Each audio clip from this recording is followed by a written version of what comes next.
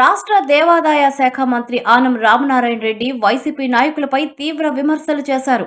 నెల్లూరు జిల్లా ఏఎస్పేట మండలం వేల్పులకుంట గ్రామంలో పర్యటించారు.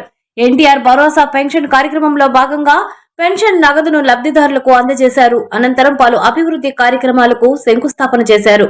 అసెంబ్లీకి రాకుండానే బయట మీడియా ముందుకు వచ్చి ప్రశ్నించడం వైసీపీ నేతలకే చెల్లిందని మండిపడ్డారు. జగన్ 11 మందితో కూడిన ఎమ్మెల్యేలతో అసెంబ్లీకి వచ్చి 11 నిమిషాలు కూడా ఉండకుండా వెళ్లిపోవడం హాస్యాస్పదంగా ఉందని అన్నారు.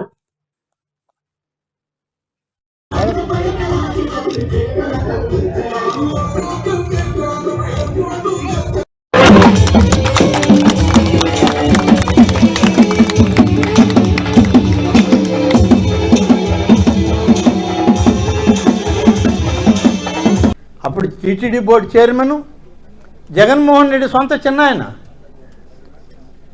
వైవి సుబ్బారెడ్డి, లేకుంటే జగన్మోహన్ రెడ్డి అత్యంత ఆప్తుడు కరుణాకర్ రెడ్డి, వాళ్ళిద్దరూ ఈ యొక్క కల్తీ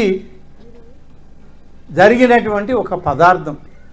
నెయ్యి అని కూడా అనకూడదంట నేను, ఎందుకంటే అసలు నెయ్యే లేని దాంట్లో నెయ్యి అని ఎట్టన్నావా అని అడిగాను. అది కూడా నా పొరపాటు అయింది. ఒక కల్తీ మిశ్రమాన్ని తీసుకొచ్చి ఇక్కడ నెయ్యి తీసేశారు పూర్తిగా. 2022లో జరిగింది ఈ మార్పు. అసలు నెయ్యి తీసేసి పామాయిల్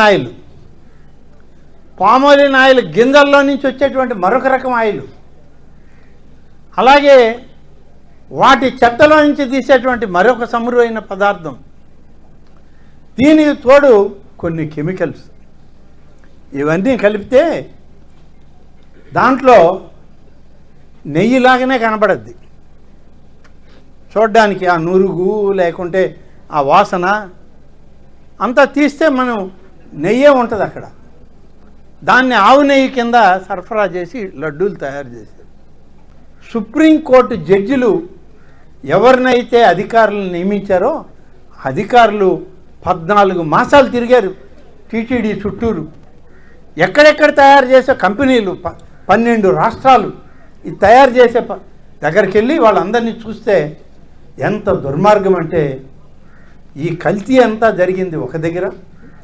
ఆ కల్తీ వాడిన వస్తువులన్నీ వివిధ రాష్ట్రాల నుంచి కలకత్తాలో కొన్ని కొంటే, ఉత్తరాఖండ్లో కొన్ని కొంటే, ఉత్తరప్రదేశ్లో కొన్ని వస్తువులు కొంటే, ఇవన్నీ కలిపిన మిశ్రమం అది నెయ్యిలాగా కనపడే విధంగా రంగు, రుచి, వాసన వచ్చే విధంగా తయారు చేసి దాన్ని తీసుకొచ్చి లడ్డూల్లో కలిపి అమ్మారు.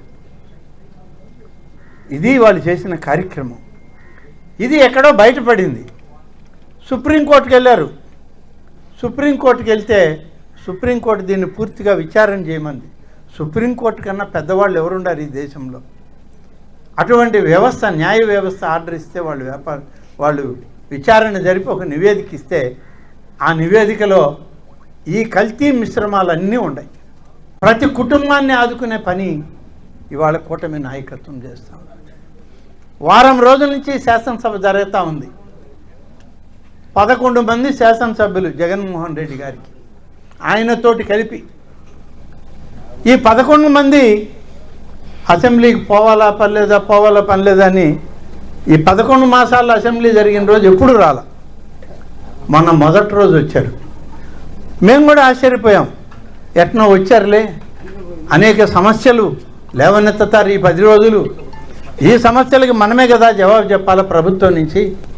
మంత్రులందరూ ఒళ్ళు దగ్గర పెట్టుకొని పనిచేయండి, మనం చేసిన మాట చెప్పండి, ప్రజలకు తెలియాలి, వాళ్ళు ఏ ప్రశ్న అడిగినా మీరు సమాధానం చెప్పాలని ముఖ్యమంత్రి గారు మాకు ఆదేశాలు ఇచ్చారు. నిజమే అనుకున్నాం మేము కూడా. తీరా చూస్తే ఈ వైసీపీ 11 మంది జగన్మోహన్ రెడ్డితో వచ్చిన ఎమ్మెల్యేలు ఎంతసేపు ఉన్నారా అంటే అసెంబ్లీలో గవర్నర్ గారు ప్రసంగం మొదలుపెట్టారు.